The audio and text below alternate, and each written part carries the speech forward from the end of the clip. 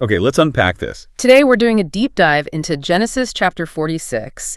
And really, this is one of those chapters that's absolutely pivotal in the whole biblical story, but sometimes, we tend to skim over it. Right, it feels like just a list of names in a travel itinerary sometimes. Exactly.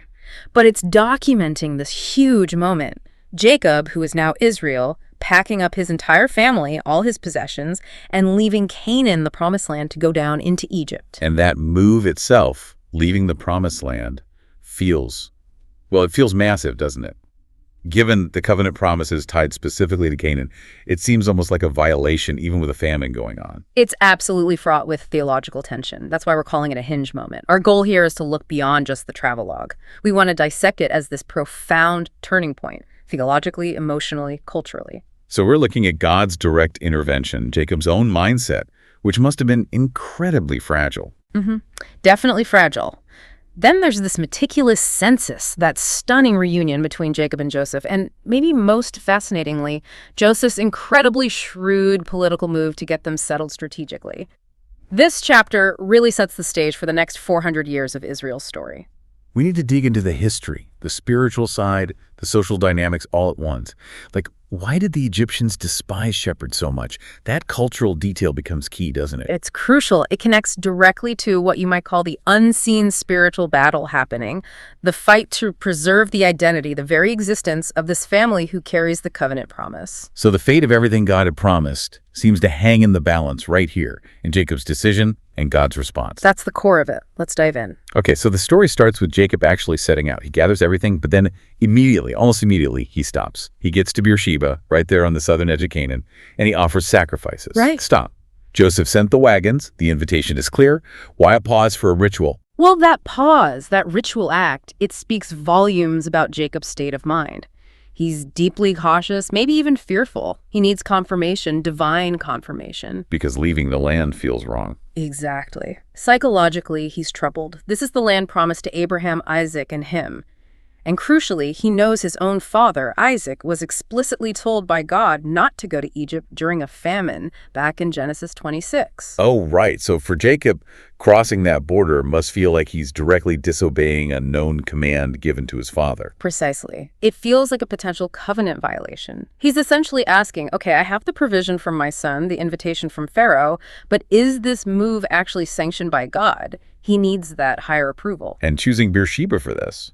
That wasn't random either, was it? Not at all. Beersheba is steeped in family history and covenant memory. Abraham lived there. Isaac lived there. They both dug wells, encountered God there.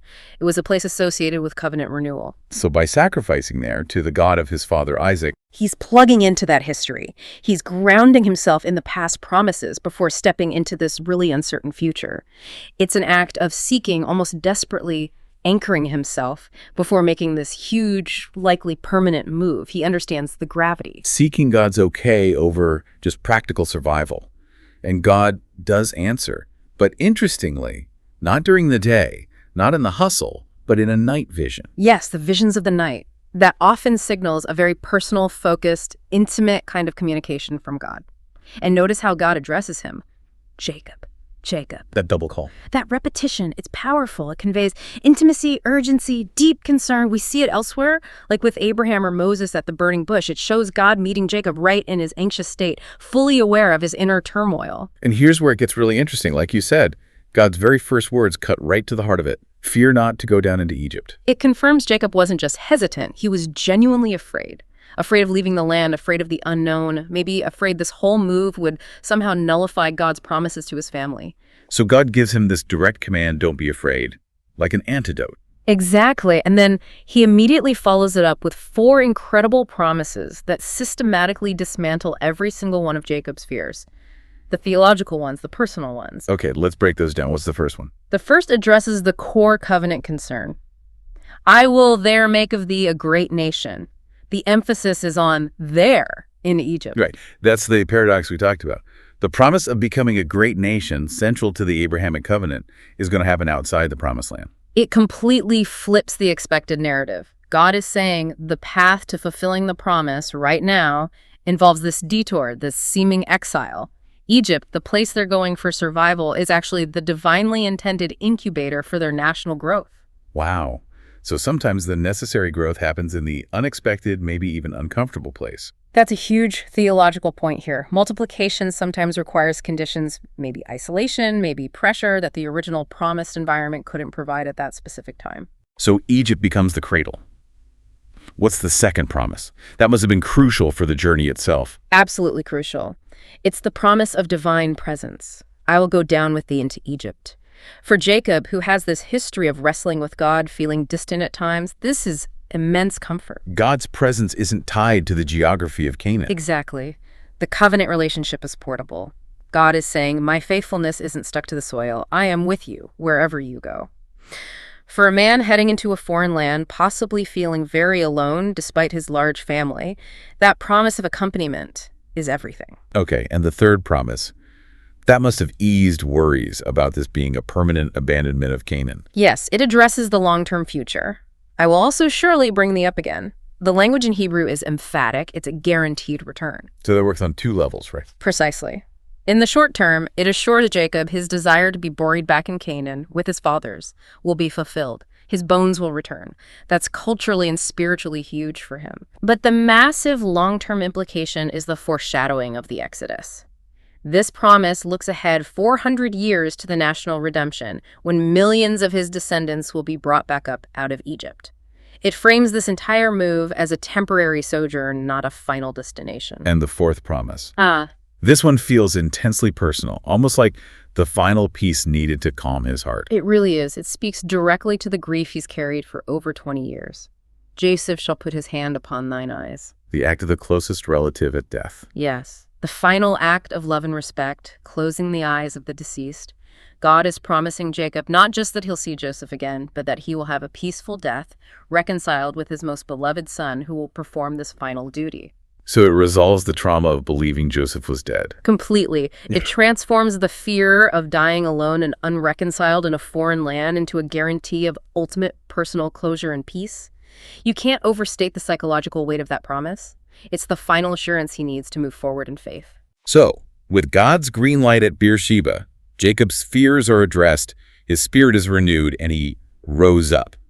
The journey actually begins. Right, and we shift here from that intense internal spiritual encounter to the practicalities, the logistics of the move. But even the logistics are infused with divine provision. Yeah, the text makes a point of mentioning the wagons Pharaoh sent. They aren't just walking or riding donkeys. Those wagons are significant. They aren't just transport, they're symbols. They signify official Egyptian status, recognition, maybe even honor. They showed Joseph's high rank and Pharaoh's favor. So they're arriving not as poor refugees, but as, well, almost like invited dignitaries. In a sense, yes. It shows God's provision working through human systems, through political power. Jacob, the old patriarch, is being transported in style, courtesy of the Egyptian state. And they bring everything with them, cattle, goods, all the wealth they'd acquired in Canaan. That's important, too. It wasn't a panicked flight where they left things behind. It was a full-scale relocation of an entire economic unit. They maintain their identity as herdsmen, as wealthy pastoralists. And the scale, it says the sons loaded up Jacob, their little ones, their wives, everyone. It's comprehensive. The entire household, the seed of the future nation, is moving. This is an uprooting intended to last for the duration of the famine and this foreseen period of growth in Egypt. And then the narrative pauses for this incredibly detailed list, the census, 70 souls. These genealogies can feel a bit tedious to modern readers, can't they? They can, but we have to see this as like a foundational legal document. Its placement here is critical. Why list everyone right at this moment of entry? Several reasons. First, it establishes tribal continuity. It's the official roster proving the covenant line. The promise to Abraham is intact as they enter Egypt.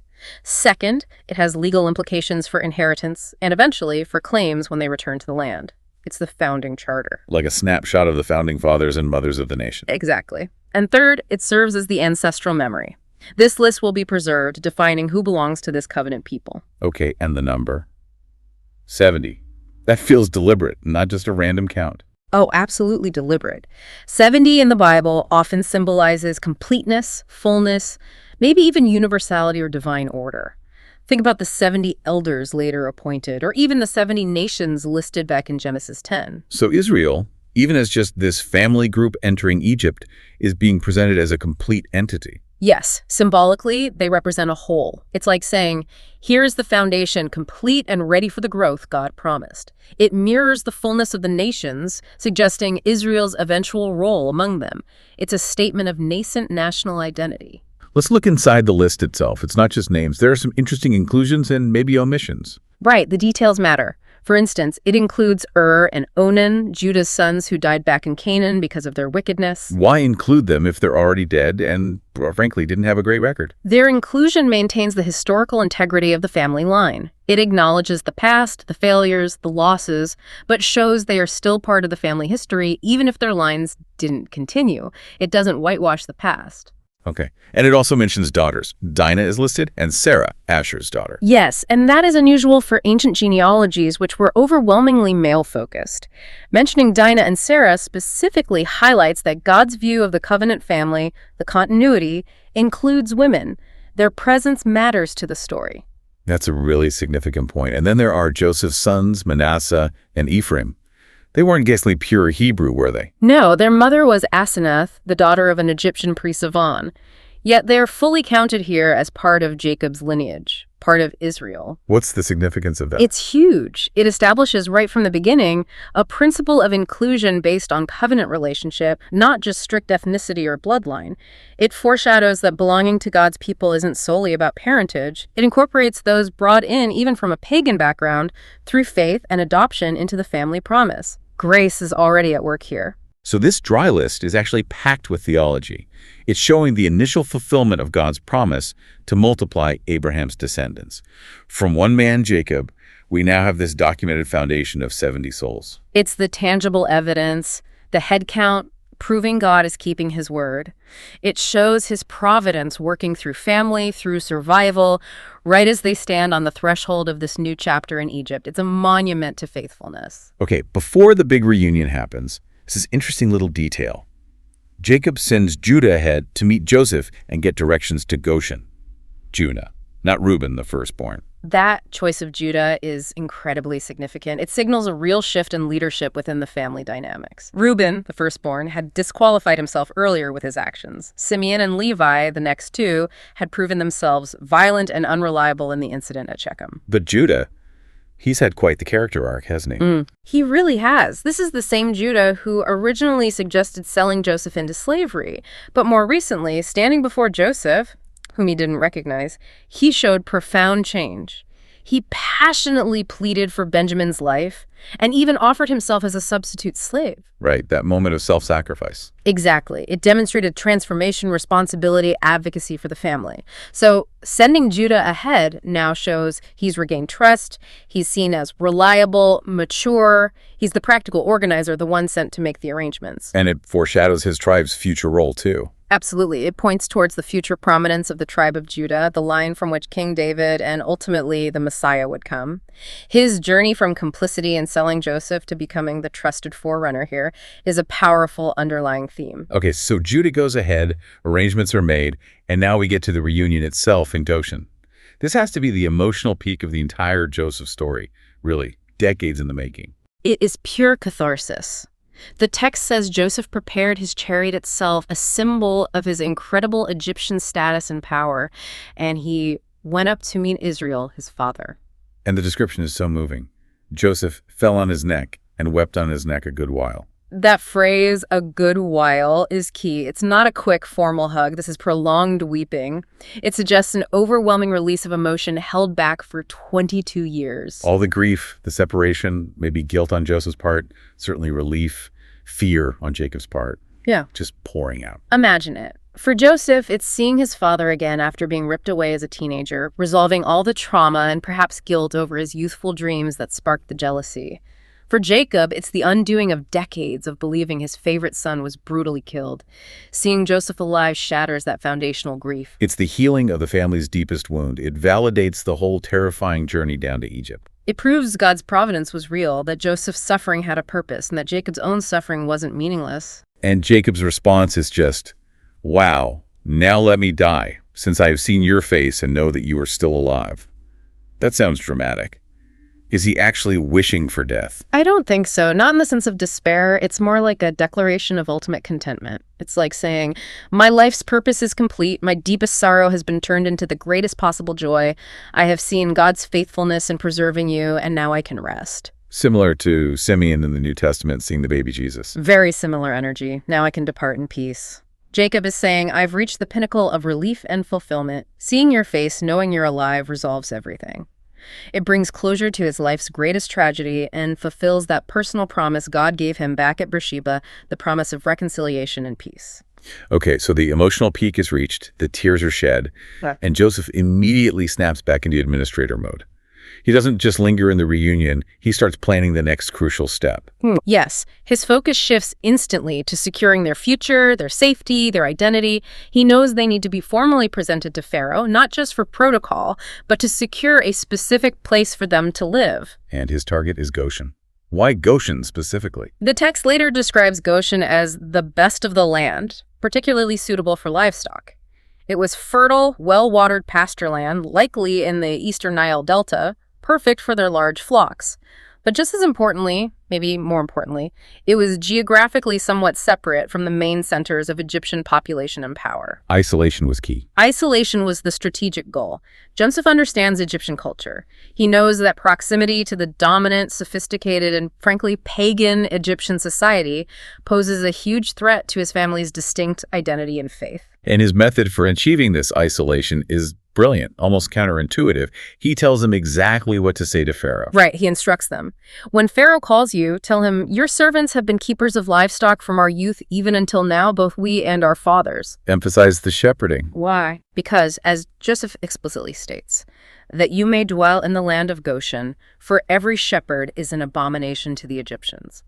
He's going to use Egyptian prejudice against shepherds for his family's benefit. An abomination. That sounds strong. Why such disdain? Was it just snobbery? It was likely complex. Part of it might have been cultural prejudice settled. Agricultural Egyptians who depended on the predictable Nile cycles, looking down on nomadic or semi-nomadic herders as being less civilized, maybe unclean, maybe disruptive. Okay, a clash of lifestyles. But there might have been a historical layer, too. Some scholars connect this to the memory of the Hyksos. The foreign rulers. Yes, the Hyksos were Semitic people, possibly including groups who were pastoralists or shepherd kings, who had invaded and ruled parts of Egypt for a period before being expelled. There was likely lingering resentment and suspicion towards foreign herders, especially Semitic ones. So Joseph knew that by identifying his family strongly as shepherds, Pharaoh would be culturally and politically inclined to place them in a more remote area like Goshen, away from the capital and major religious centers, to keep this abominable group contained and separate. It satisfies Egyptian sensibilities while achieving Joseph's goal. he weaponizes their prejudice for his family's protection. That's incredible political maneuvering. It's incredibly shrewd. The social distance achieved through this strategy becomes a vital spiritual shield. A shield against what, specifically? Against assimilation, against syncretism, the blending of their covenant faith with Egyptian paganism. Imagine if they'd settled right in the heart of Egypt, surrounded by temples to Ra and Osiris, elaborate polytheistic rituals, the pressure to intermarry, to adopt Egyptian ways and gods. Their unique identity as the people of Yahweh could have just dissolved within a generation or two. Absolutely. That was the real long-term danger. Famine was the immediate crisis, but assimilation was the existential spiritual threat. Joseph's strategy counters that threat directly. So the unseen spiritual battle here is really about preserving the covenant line from cultural and religious absorption. That's the core of it. Joseph's wisdom secures Goshen as a kind of sanctuary, a protected space. Socially, they're accommodated, even privileged because of Joseph's status. But spiritually, they are quarantined from the full force of Egyptian pagan influence, allowing them to multiply as a distinct people according to God's promise. Goshen becomes the incubator, fertile and separate. Exactly. It's a masterful solution, navigating the world system of Egypt to create a space for God's purposes to unfold. He uses the system, even its flaws like prejudice, to protect his people. #V typology, spiritual warfare, and modern relevance. Stepping back now, looking at this whole chapter, this whole journey, within the bigger picture of the Bible. It's just loaded with foreshadowing, isn't it? What scholars call typology. It really is. The sources strongly emphasize this pattern. Jacob's descent into Egypt, the subsequent sojourn there, which will eventually lead to oppression, followed by a miraculous redemption. This sets the foundational pattern for Israel's entire history. The sojourn pattern. Yes. Entry, often under guidance or pressure, a period of living within a foreign power, facing challenges, and then God's intervention to bring them out or back.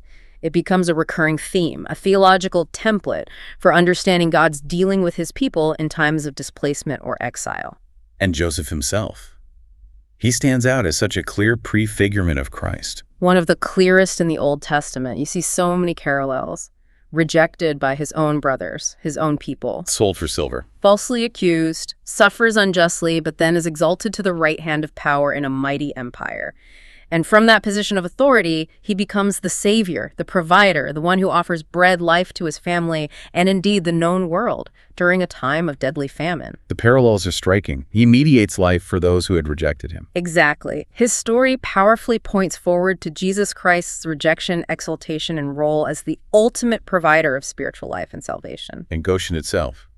Does that place take on symbolic meaning? It does. Symbolically, Goshen can be seen as representing a kind of liminal space, a place of being in the world, but not fully of it.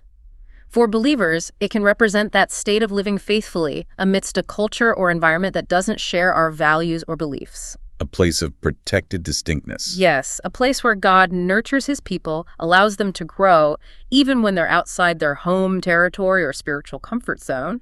It suggests God's protection and provision can create pockets of faithfulness, even in seemingly hostile environments. Let's talk more about that unseen spiritual conflict you mentioned. While the text focuses on the human drama, the travel, the reunion, the politics, there seems to be this constant undercurrent, this battle for the survival of the covenant lineage. Absolutely. You can view the circumstances themselves as arenas of spiritual conflict. The famine wasn't just a natural disaster, it functioned as an attack, threatening the very existence of Abraham's heirs through starvation or dispersal. And Jacob's fear of Beersheba. That was another potential failure point.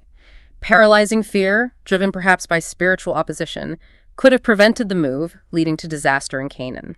Fear is often a primary weapon against faith-driven action. But the biggest long-term threat was assimilation in Egypt. That was the existential spiritual danger. Had they simply blended into Egyptian society, adopted their gods, intermarried without maintaining their identity, the unique covenant lineage, the line promised to lead to the Messiah, could have been completely diluted and lost.